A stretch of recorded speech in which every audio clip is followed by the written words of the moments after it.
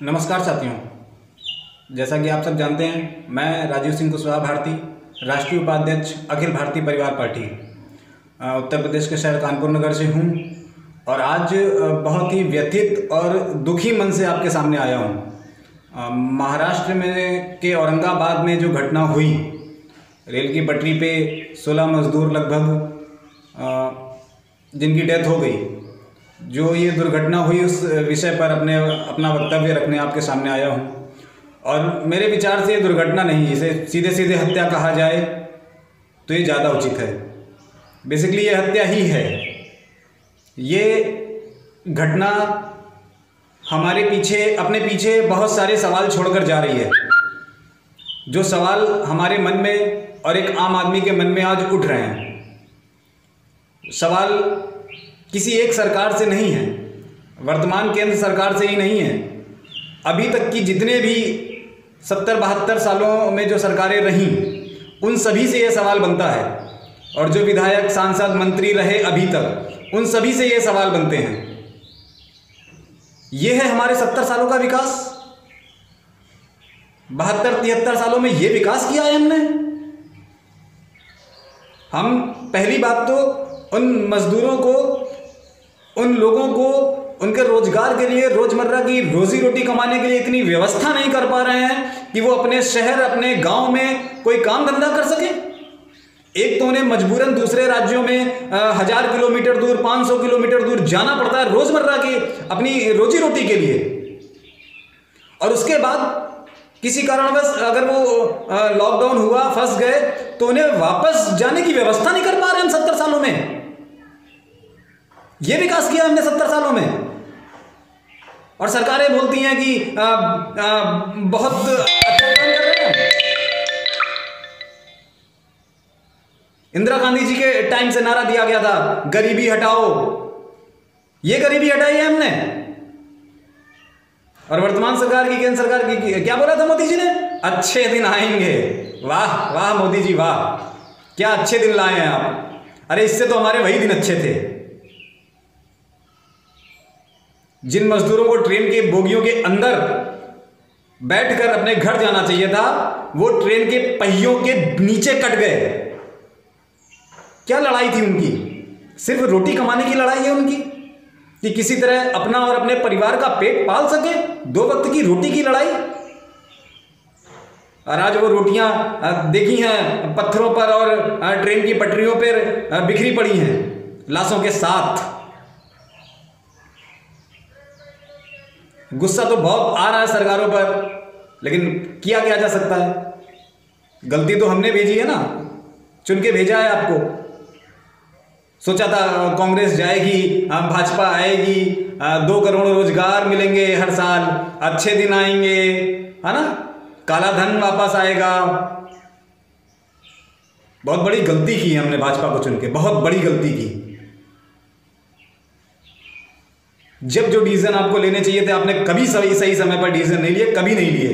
वो कहते हैं, एक कहावत है कि किसी व्यक्ति की लीडरशिप अगर देखनी हो तो उसे थोड़ा सा कठिन परिस्थितियों में डाल दीजिए, उसकी नेतृत्व क्षमता, उसकी निर्णय लेने की क्षमता सामने आ जाएगी। आज कुदरत ने, प्रकृति ने, देश की परिस्थिति ने आपको जरा सा कठिन परिस्थितियों में डाला मोदी जी, तो आपने देश बर्बाद करके रख दिया। एक तरफ हर चीज़ प्राइवेटाइजेशन पे जा रही है, सरकार का जो रेवेन्यू आना था वो सारा प्राइवेट कंपनियों को जा रहा है। फिर आप बोलते हो सरकार घाटे में है। जब लॉकडाउन करना चाहिए था तब आपने ट्रंप का प्रोग्राम आयोजित कर लिया। आज सबसे ज़्यादा केसेस अहमदाबाद में आ रहे हैं, और किसी मीडिया में न्यूज नहीं चल रही है कि अहमदाबाद को क्या पोजीशन है अहमदाबाद की। उत्तर प्रदेश के आगरा, जहां ट्रंप गए थे, वहां देखिए कितने केसेस हैं। दिल्ली से ज्यादा केसेस अहमदाबाद की तरफ बढ़ रहे हैं। कौन जवाब देगा इस पे? विदेशों से जो बच्चे, बड़े घरानों के जो बच्चे विदेशों में पढ़ रहे थे, उनको आपने फ्लाइट से बुला लिया सरकारी खर्चे पे, हमारे दिए हुए टैक्स के खर्चे पे।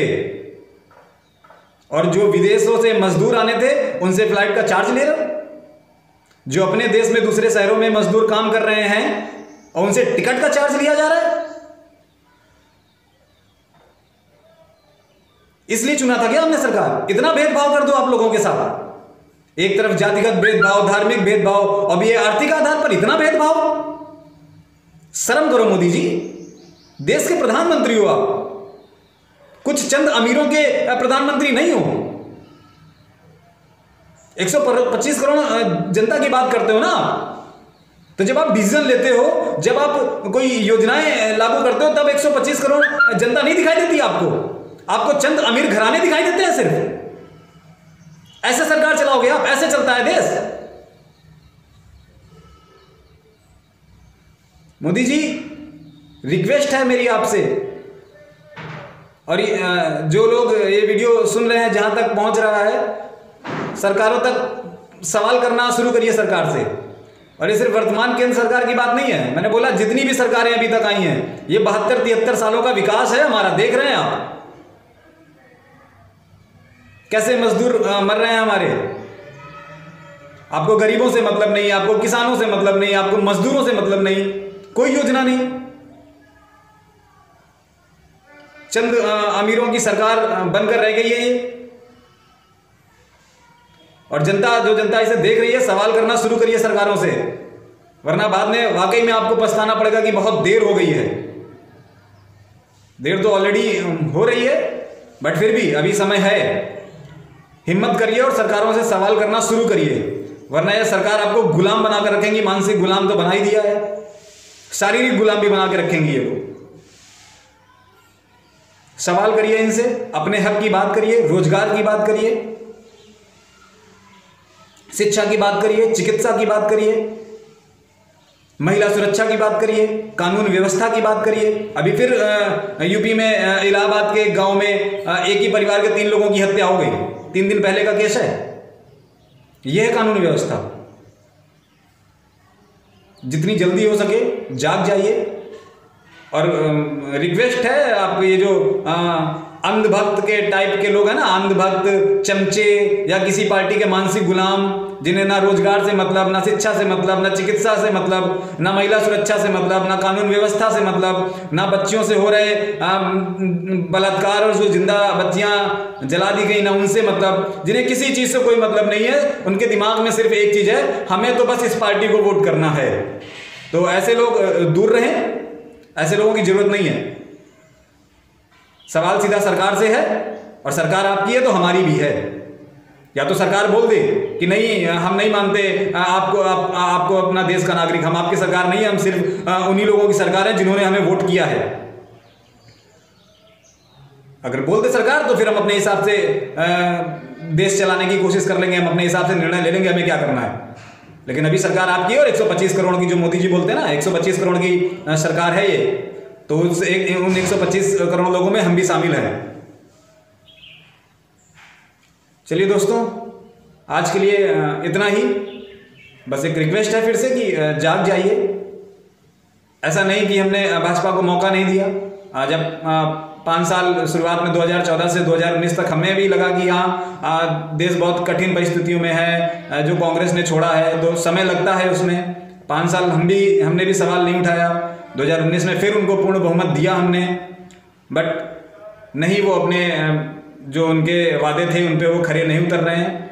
और उनकी कथनी और करनी में, वो बोलते ना, मुंह में राम बगल में छुरी, तो वो पोजीशन है अभी इनकी।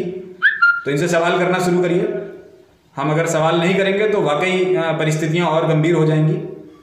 हम जनता हैं, और जनता का जो मुख्य धारा है जनता की, वो विपक्ष की ही है।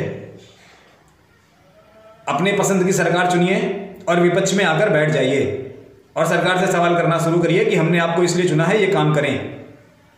अच्छा, मान लीजिए सरकार आपके पसंद की नहीं है, तो उससे सवाल करिए कि क्यों नहीं कर रहे हैं आप जनता की भलाई के लिए काम। और अगर सरकार आपके पसंद की है, तब तो और सवाल करिए कि हमने आपको जिसलिए चुना है, आप वो काम क्यों नहीं कर रहे हैं। और अगर अपनी चुनी हुई सरकार से भी आप सवाल नहीं कर पा रहे हैं, तो फिर खुद से आईने में देखकर सवाल करिए कि किसे चुन लिया। आपकी बोलने की आजादी तक छीन ली गई। आज सरकार का विरोध मतलब देश का विरोध? ऐसा नहीं होता। सरकार देश नहीं होती। कोई व्यक्ति देश नहीं होता। ऐसा नहीं है कि इंदिरा जी के समय जो नारा दिया था India is Indira, Indira is India, Indira ji के जाने से देश खत्म नहीं हो गया। मोदी है तो मुमकिन है ना, दिख रहा है क्या क्या मुमकिन है मोदी है तो मोदी जी देश नहीं है, भाजपा देश नहीं है। भाजपा या मोदी जी का विरोध देश का विरोध नहीं होता। उन्हें कहना है देशद्रोही, कहते रहे, हम सब तो घोषित हैं देशद्रोही। फिर भी आप लोग सवाल करना शुरू करिए। बस दोस्तों, आज के लिए इतना ही। मन व्यथित था, दुखी था, तो गुस्सा भी था, तो सोचा आप लोगों के सामने आऊँ एक बार। फिर किसी दिन फिर किसी विषय पर आपके सामने आऊँगा। जय हिंद, जय भारत।